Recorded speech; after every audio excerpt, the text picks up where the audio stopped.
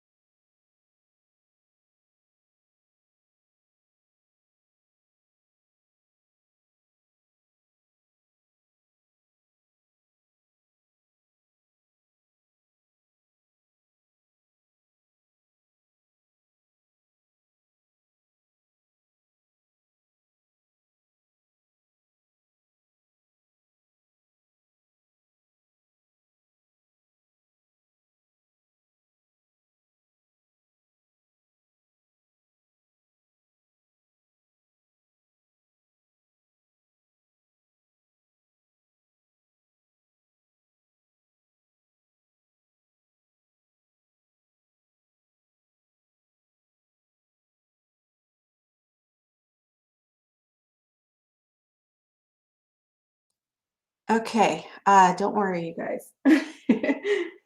No worries, no worries. Please don't panic. Um, let's see here. So today is the 15th. We are still indeed on Unit 4. Um, you should be today, eventually you're going to get to Sonnet 55 and Love is Not All. Tomorrow you will do a quiz. And then the next day you have a choice. And then you're kind of wrapping up the unit by the end of the week. And then my suggestion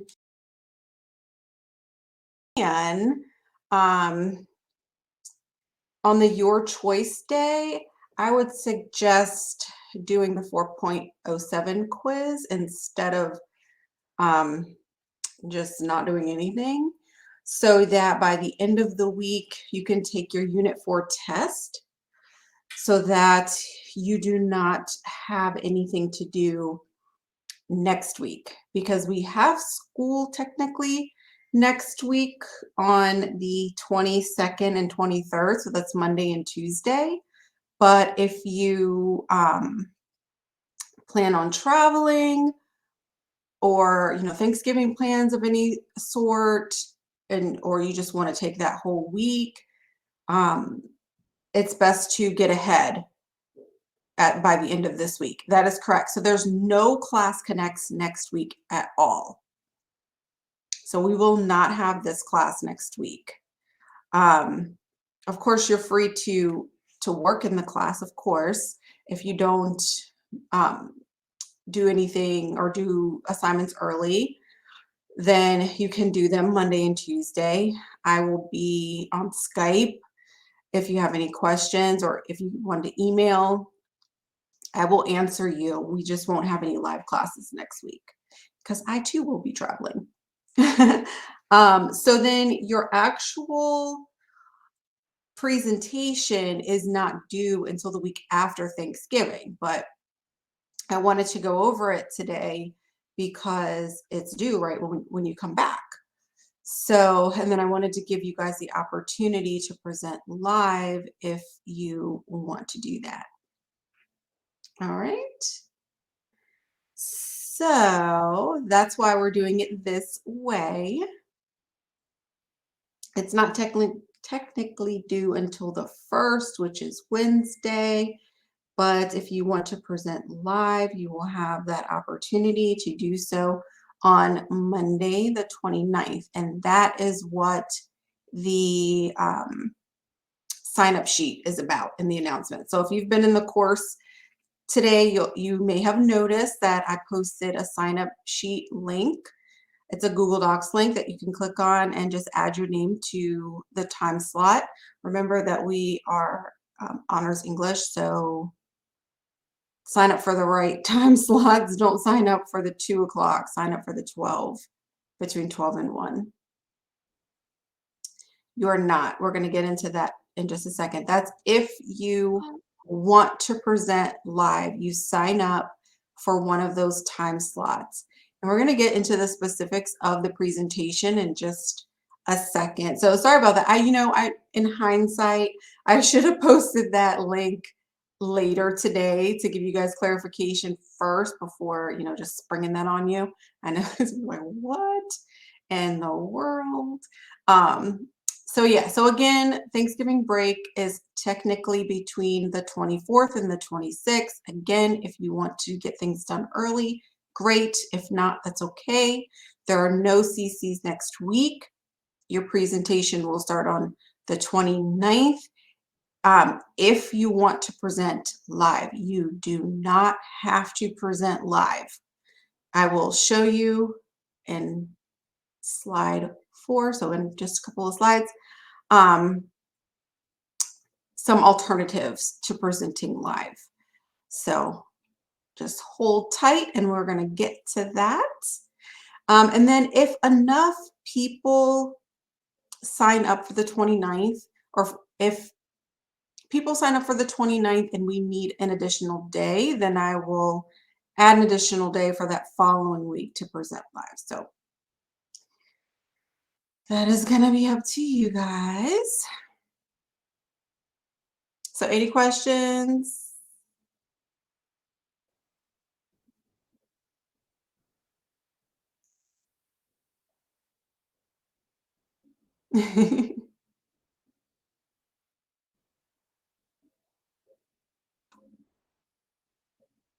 Okay.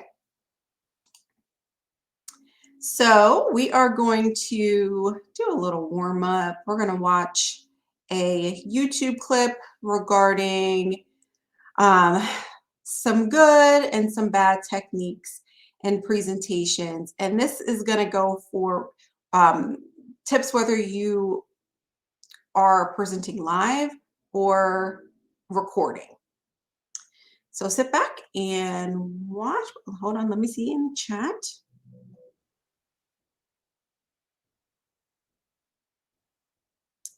Oh, see, we will not have that problem here because we have signups. And what I did, I learned from last year, the presentations are only supposed to be 3 to 5 minutes long, but some people go a little over. So what I did was I put it in 10-minute time slots instead of 5-minute time slots to give everyone the opportunity to present and then transition into the next presentation. So that will not happen. So if you want to present live, you will have the time to do so. Miss Moore. Yeah. So whenever we're going to be presenting, if we want to present live, is it going to be to the whole class on just like a class connect or like just to you for a grade? It's going to be during class connect time. Okay. Yeah. So yeah, that's a great question. Keep that in mind. It will be between 12 and 1. Everyone is invited to come, so you will be presenting to the class. So yeah, if you feel comfortable doing that, great. Everyone is so receptive and kind, so please don't feel shy. It'll be all right. Okay, so we're going to watch this quick YouTube video that demonstrates good and bad techniques in presentations. And as you watch, just think about how can preparation, practice, and or presence help you avoid some of the bad habits that they show you, okay? Or any just bad habits that you can think of. All right, here we go.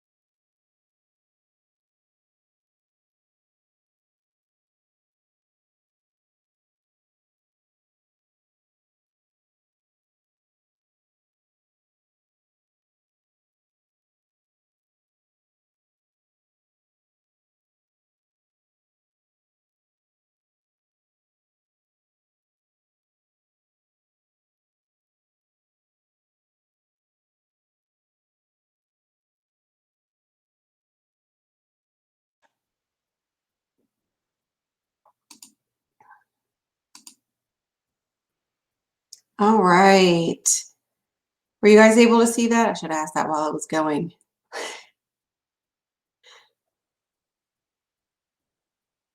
All right, so it gave some really good tips. Obviously, not every single one of those applies to us since we are virtual, but a lot of them do. Like turning your back. Obviously, you're not going to turn your back on the audience, but um, the dressing formally, maybe not too formal, but at least don't be in your pajamas, maybe, the monotone and having too many words on the slides, things like that. So do you guys have any tips on how to avoid some of the bad habits? Yeah, go. The presentation, whatever you're doing the presentation of, shouldn't be boring to you. And even if it's on a boring topic, like the topic he was trying to do, um, you should still try to make the presentation interesting and make it interesting for yourself. Because if it's interesting to you, you're gonna speak in a way that's gonna interest the audience and make the presentation overall more successful.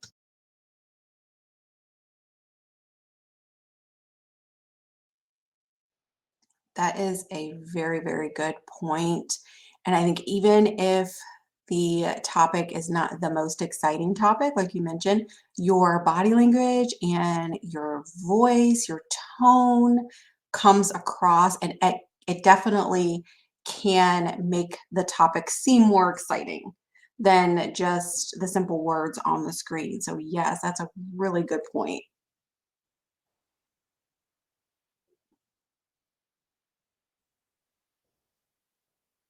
So that's a good question, Addison. So for the presentation, um, you on the slides, so like the YouTube video showed the good presentation where it had just like a minimal amount of words on the slides. You want to keep it that way, and then you want to, have your note cards or your outline or whatever that you are. Yes, it's gonna be a slideshow. So you are going to either read from that. Of course, you want to rehearse, and that's gonna be in the tips in a second. You're gonna wanna rehearse and have information, and know what you're talking about, but you can definitely have those note cards or, paper that you're reading from. Right. So if you're doing, the like a recorded presentation, you're welcome. If you're doing a recorded presentation, you are going, and I'm actually going to mention that later as well. You're going to submit your speaking points as well as your presentation.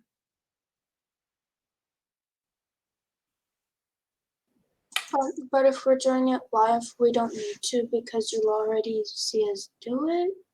Correct. But if we're recording though, don't you see us do it anyway, just on a recording?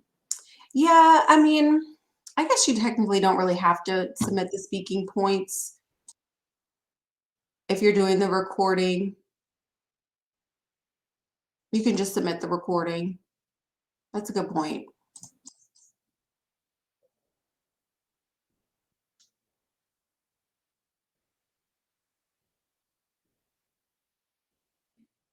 Any other questions, tips?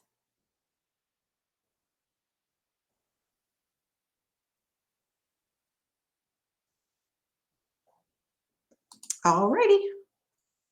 So let's get into the actual assignment. So again, this is 4.10. It's not due for a little while, so you have time. Um,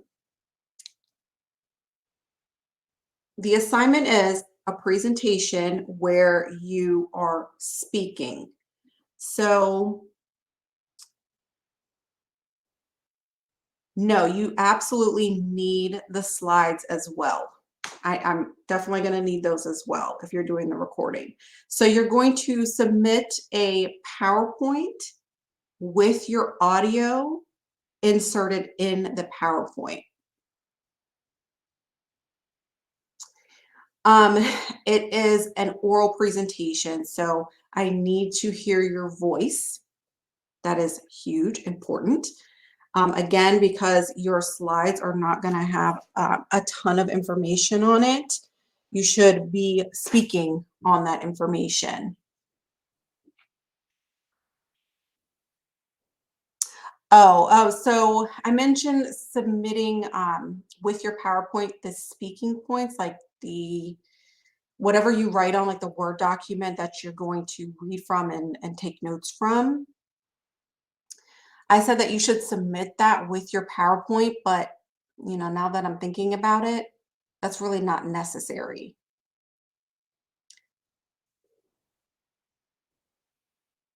Okay.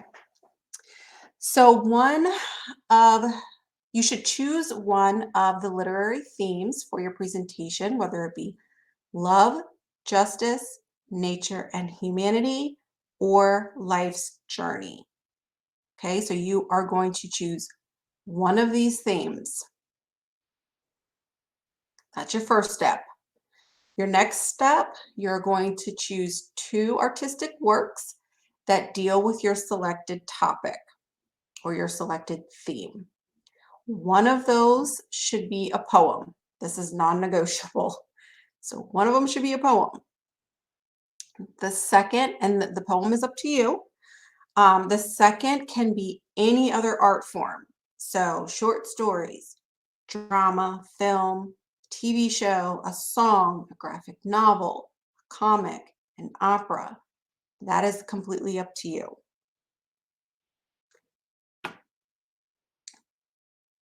The next thing, you are going to compare and contrast the two using evidence from each of the work and explain and show how the two works express the theme. So what are some of the similarities and what are some of the differences in each of the work that you chose? Your presentation should be 3 to 5 minutes long. It should show your mastery of presentation skills. Begin with an intro. So you're going to identify the theme that you are working with and explain both of your works, your artistic works.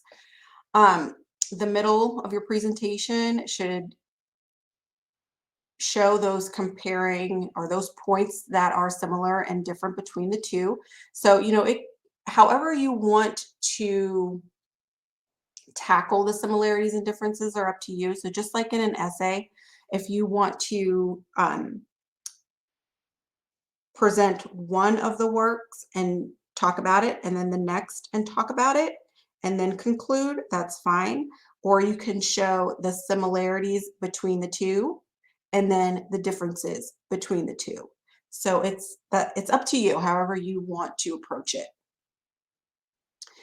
Um, Again, you want to include at least one example of media. So that means whether it be the picture itself, and of course, if you're going to use a piece of art, like a visual art, you want to include that. If it is a song, perhaps insert just a portion of that song. A graphic novel, again, you can insert like a snip of a part of that graphic novel, a visual. Same thing with film. You can take a snip of the movie or play or whatever it is.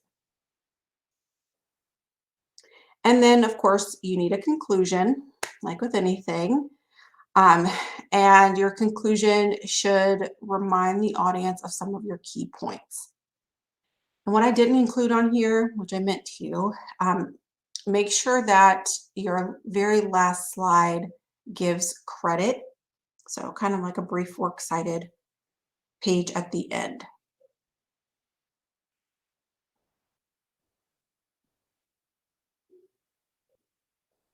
Yes.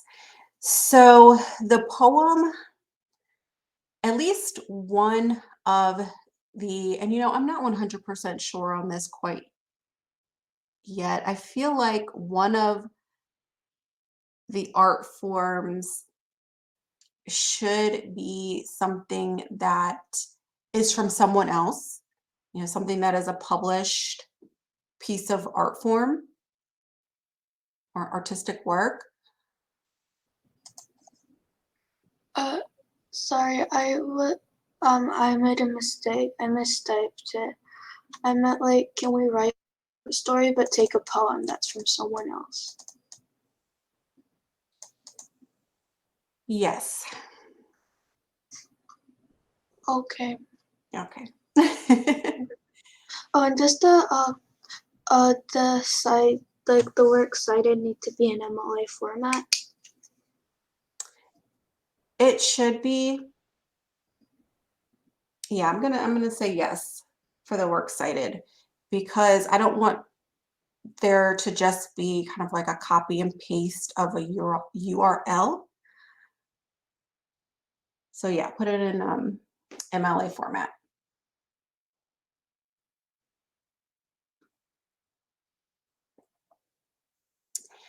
So I was gonna say at least one of the artistic works should be something published, but to keep it, just to streamline it,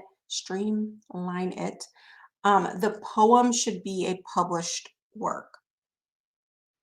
The other second form that you can choose from, if you have an original that you did yourself and you want to use that as your second form, you absolutely can do that.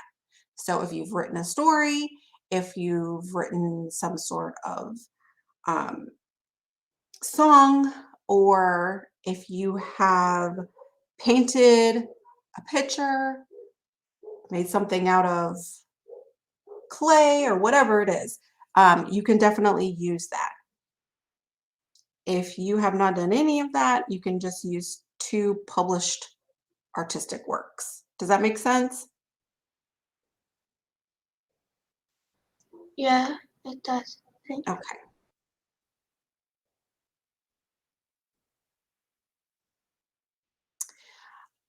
So I do want you to come on camera at least at the beginning.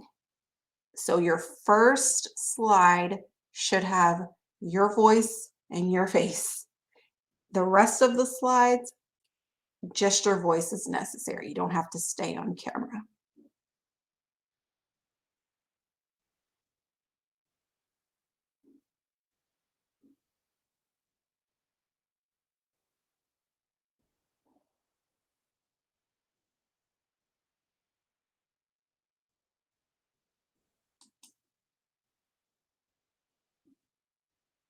Oh, no worries.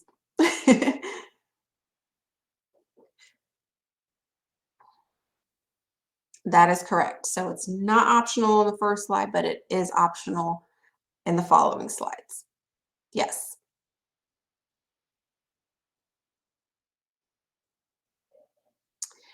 Okay, so getting to the actual presentation portion of it. And again, you can, well, I'll get to the second one in a second. You record yourself presenting each slide using the insert audio option in PowerPoint. Submit the PowerPoint file containing your slides and your audio to the 4.10 Dropbox. You do not have to submit your talking points. I'm going to take that out. Just your slides with your audio insert is fine.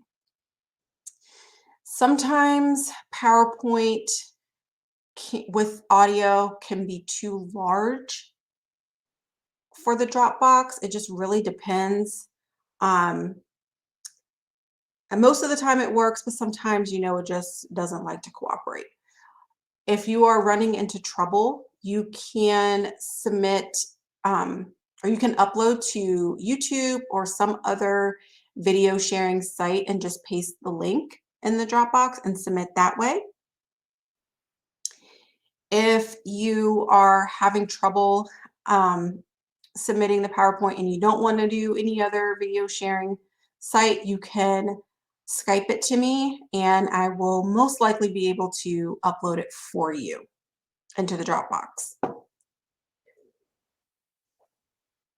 Okay, so that's your first option. Obviously, your second option is to present live during one of our Class Connect sessions. It's going to begin on the 29th, depending on how many people sign up. If it's just the 6 slots and no one else wants to sign up, then that's the only day that we will have presentations. If more people want to present, we don't have enough spots on the 29th, I will extend it until December the 6th.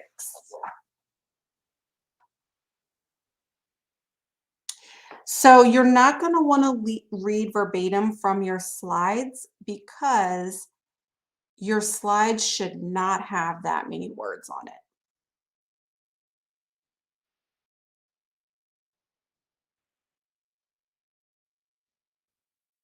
That is correct. So your slides should have some bullet points. This is more of a visual presentation. So you're not going to want to read verbatim from there. You're welcome. Good point. Good question. Ooh, moving back. Any other questions regarding how you're going to present? So the 4 topics are love, justice, nature and humanity, and life story. Okay. That is correct. And I'm pretty sure these are also included in your notebook. I'm positive it is. So, and I understand that most of you guys are not there yet because it's not for a while. So when you get to it, you'll see that they're listed in your notebook.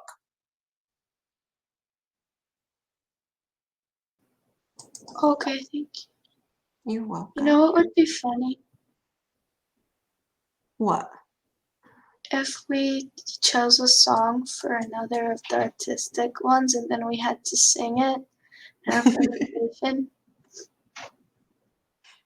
You can definitely sing it. In order to analyze the musical aspect of how the artist is conveying the theme. Yeah. So last year I actually had a student that wrote songs and she sang her song with the guitar, playing the guitar, as one of her, I guess, one of her examples or one of her visuals. Wasn't really visual, but it was great.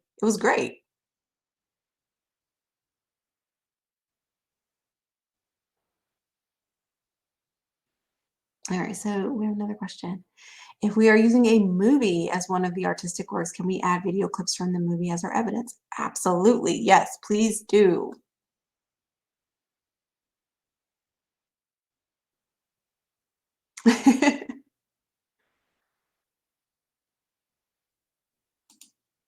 I don't think it would be awkward.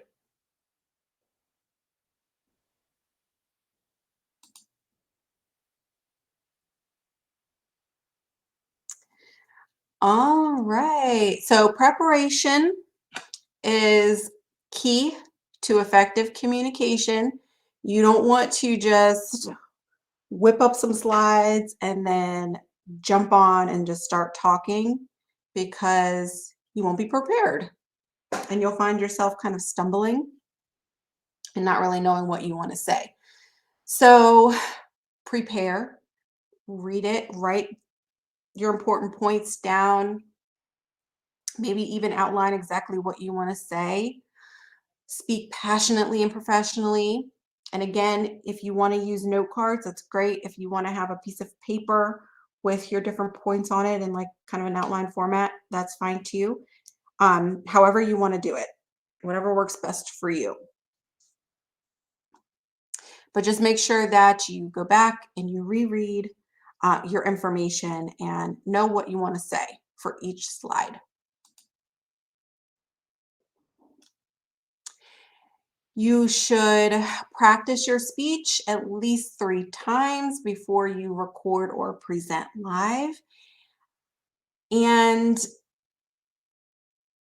go through it at least a couple of times from start to finish and time yourself just to make sure that you're staying within that 3 to 5 minute range.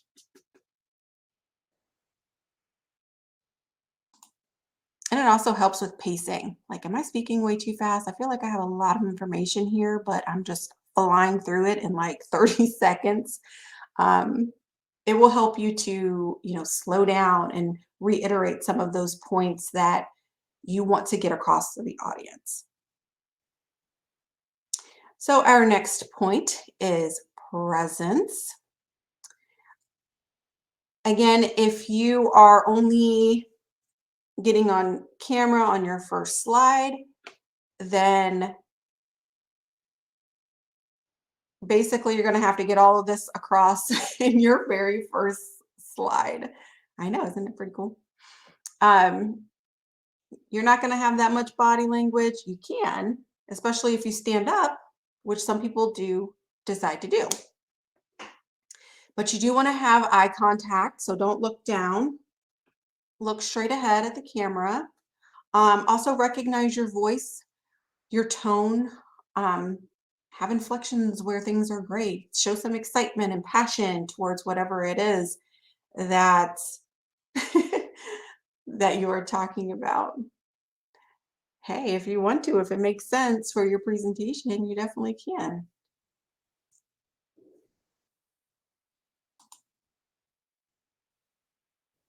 So some things you shouldn't do, read directly from your notes, because again, if you're reading, you're going to look down.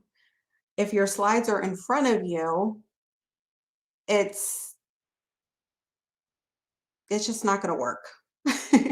So that comes with preparation. If you know what you're talking about, you don't necessarily have to read directly from your notes. Don't read directly from the screen. So like Carter mentioned earlier, you want to elaborate on your ideas. Don't ignore your audience. So if you see questions in the chat, answer them. Obviously, you don't have to stop in the middle of your sentence, but you can glance over and see if anyone has a question and then get back to it. You want to have good posture, so sit up. Try to avoid the ums and ahs and as much as possible. Try not to talk too fast or too quietly because people won't be able to hear you. So speak up and slow down a bit.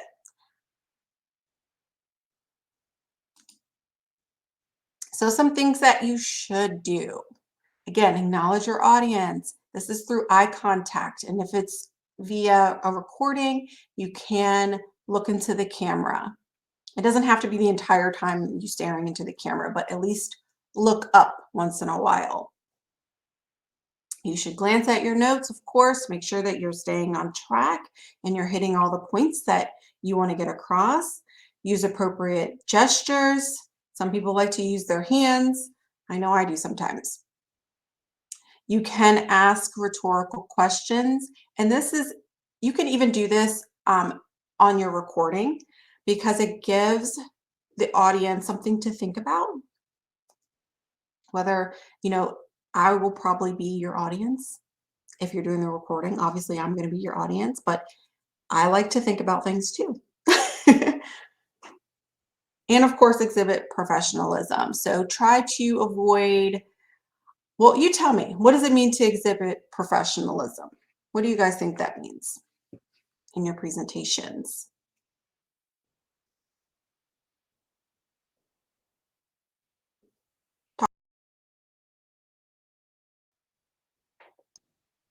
Yeah, the question cannot be rhetorical. It can be an actual question.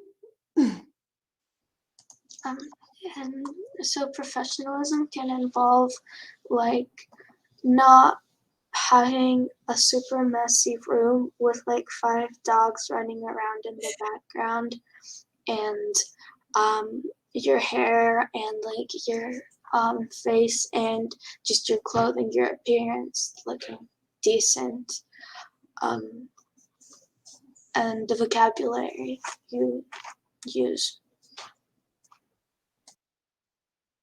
Yes, such good points. So making sure that your background is tidy, brush your hair,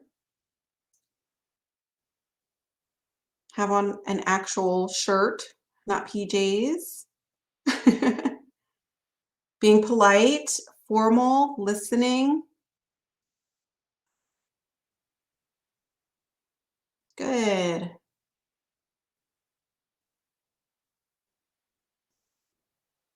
Love it, love it. Okay. So any other questions regarding your presentation?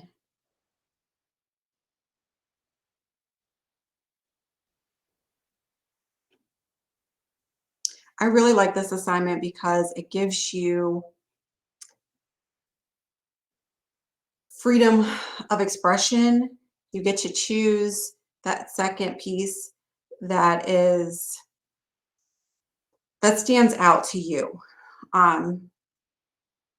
If you're a person that really likes those visual arts, those paintings and watercolors and whatever else, that can definitely be the route that you take. Or if you're the type of person that is really likes music, you can choose something along those lines. If you really like to read, you can choose one of your favorite books. Like, it just really leaves it open for you to choose something that is special to you.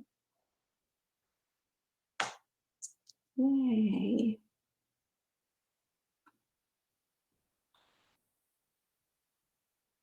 And then, of course, the poems, there's really no restriction to the type of poem that you want. It just needs to be something that's published.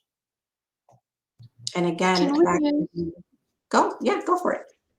can we use something from our explorations book or something that we actually go through in class? Because there's some really good ones, like Love Is Not All. I really liked that one a lot, and maybe I want to do it just because it's nice. Yes, absolutely you can. You can definitely pull one from the text.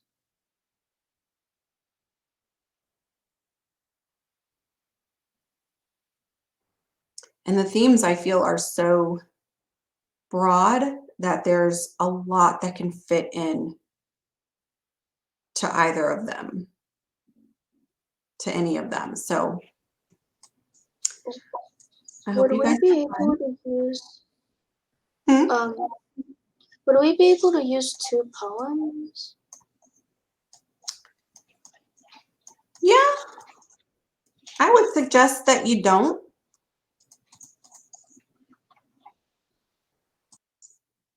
To be honest, I think you should broaden your horizons. Just choose one I guess poem. that makes Yeah, I guess that makes sense. Yeah, compare it to something else. So I'm going to say no. No 2 poems, just one poem. And then pick a different medium. Sorry. Exactly. Songs are almost poems. And it doesn't have to be, you don't have to compare it to the entire song because some songs are really long. There are some bands that have like really long songs. You can just take some of the lyrics, maybe like the first and second verse. Like, imagine trying to use Romeo and Juliet as like your poem that you're doing. Well, Like that if would you be a play, but you don't or have to play. compare it to Yeah. the entire play. You can take an excerpt from the play. Yeah, because that'd be really long. Yeah.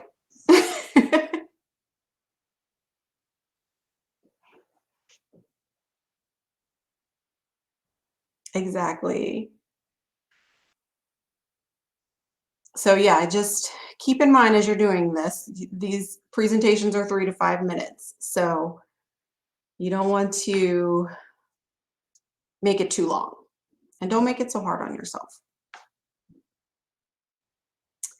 I'm going to say that you should choose a published poem.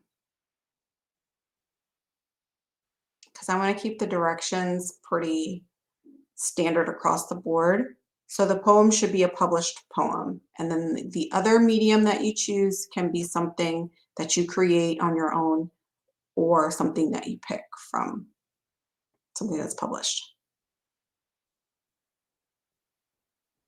Oh, okay, gotcha. All right, so before we leave, so we have about 15 minutes. So let's talk about genre, theme, memoir, story arc, flashback to unit 1, or narrative arc, sorry, and point of view. I'm going to jump off the mic and oh, there we go. You guys have whiteboard privileges. So in your own words, what do you guys know about these terms?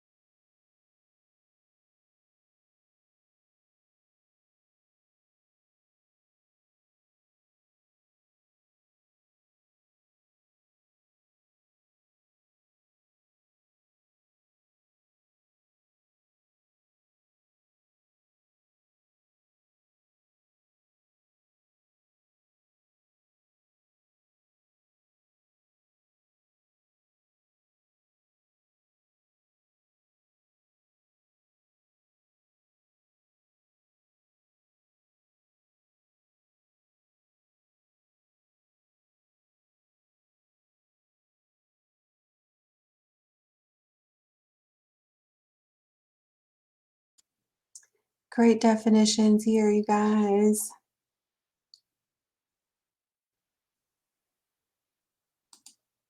All right, so here are the course definitions if you want to take a screenshot of those. I'll pause here for a second.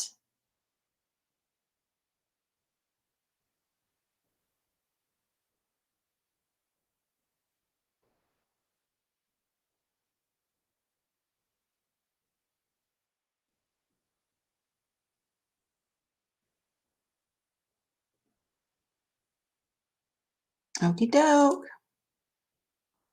All right, it's gonna pull you. So which statement about memoirs is true? Talking memoirs. Is it they use first person narration? They keep a distance between the author and the reader? They cover only major historical events? Or they use third person narration? Memoirs.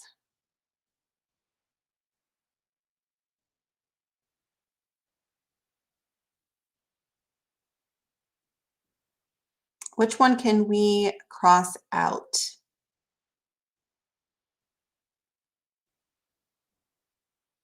Like that is clearly not it. Yes, C.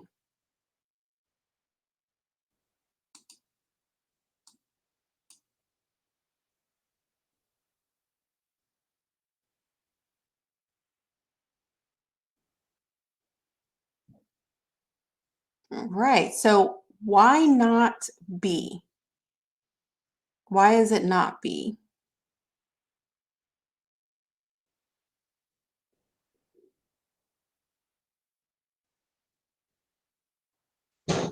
Because in a memoir, the author is actually telling the reader things they've been through.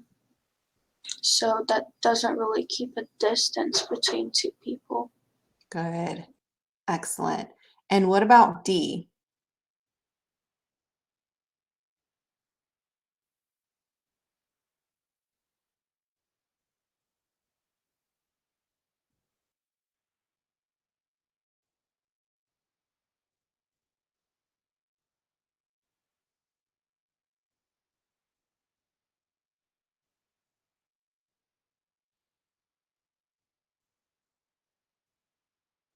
Yes.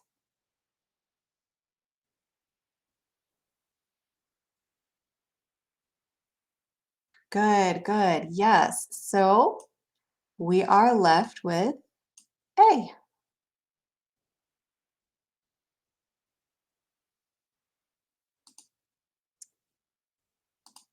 Perfect.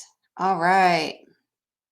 So this is kind of long, um, but I want you guys to go ahead and read through this and tell me what emotion you feel after reading this excerpt from a memoir.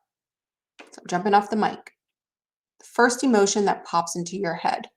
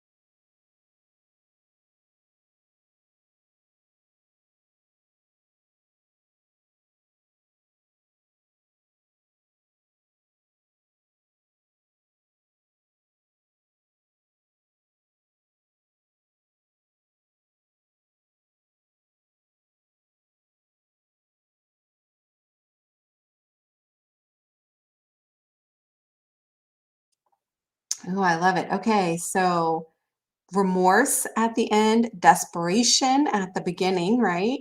Regrets, definitely. Ashamed, good. Embarrassed,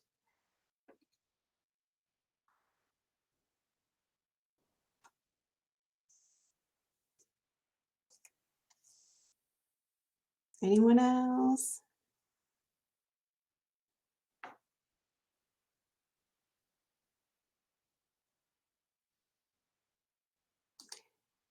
All right, next one. Talking about memoirs again.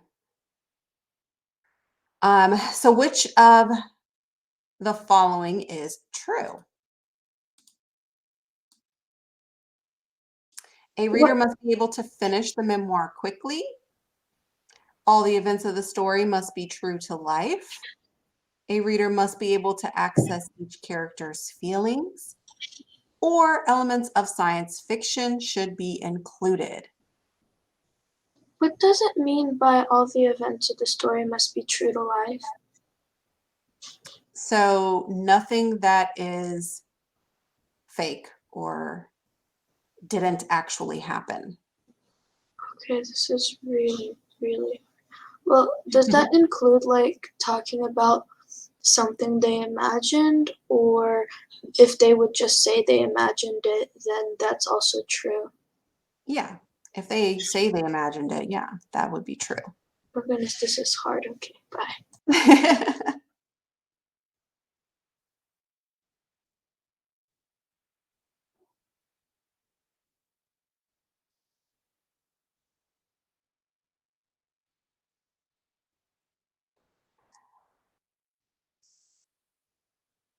So what can we cross out immediately?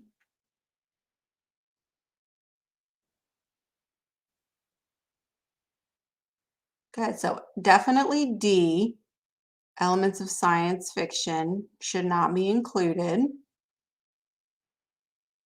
And then a reader must be able to finish the memoir quickly. That's not necessarily true. especially when you say must.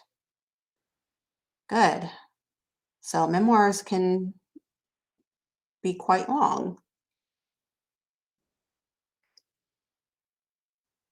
Okay, so C, a reader must be able to access each character's feelings. Not so much, right? Maybe not each character. Good. So we are left with B. All the events of the story must be true to life. That is correct. Very good, you guys. All right, last but not least, before we leave here, I'm gonna give you guys whiteboard privileges. Choose a color on the pen. On the left here are characteristics, and on the right, it's either memoir or short story or both. So you're going to write an X or check beside whichever one is true. So some of them are true for both memoirs and short stories.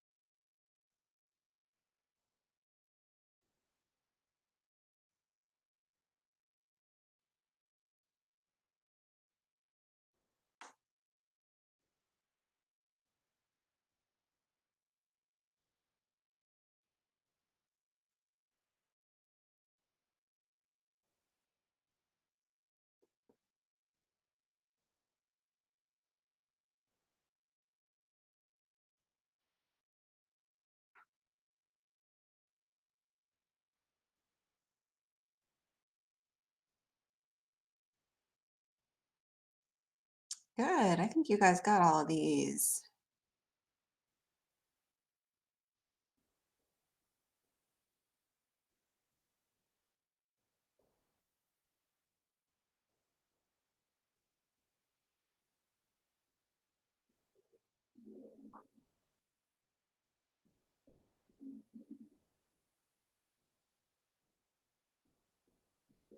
So this last one would not fall under short story. This one here, nonfiction. That would just be memoir. There you go.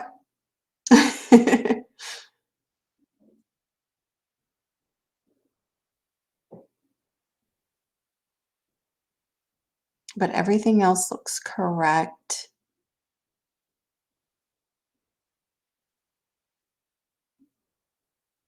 Yep. Very good, you guys. Awesome. All right. I think that's it for today because it is 12:58. Thank you guys so much for coming and participating.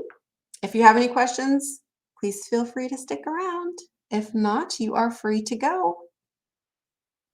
Have a wonderful rest of your week and have a wonderful Thanksgiving break.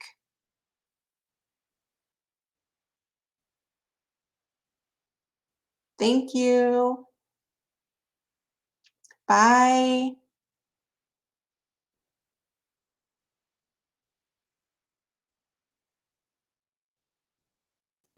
Bye. Thank you for class. You're welcome. Bye.